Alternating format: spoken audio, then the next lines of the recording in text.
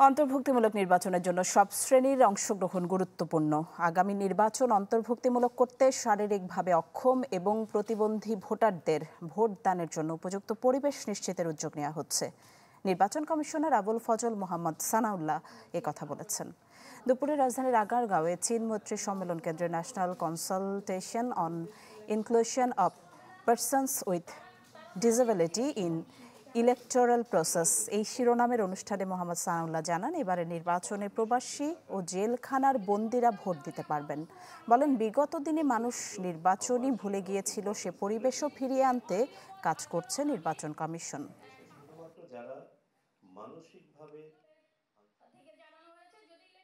আমরা অন্তর্ভুক্তিমূলক নির্বাচনের একটা সংক্ষিপ্ত সংজ্ঞা দান করাই যে সকল রাজনৈতিক দল অংশগ্রহণ করলে বোধহয় অন্তর্ভুক্তিমূলক হলো। মানুষকে নিয়ে কিন্তু তখন ভাবি না। তো আমি মনে করি অন্তর্ভুক্তিমূলক নির্বাচনের জন্য সকল জনগোষ্ঠীর অংশগ্রহণ যেমন গুরুত্বপূর্ণ, তেমনিভাবে সকল জনগোষ্ঠীর জন্য সহায়ক পরিবেশ সৃষ্টি করাটাও গুরুত্বপূর্ণ।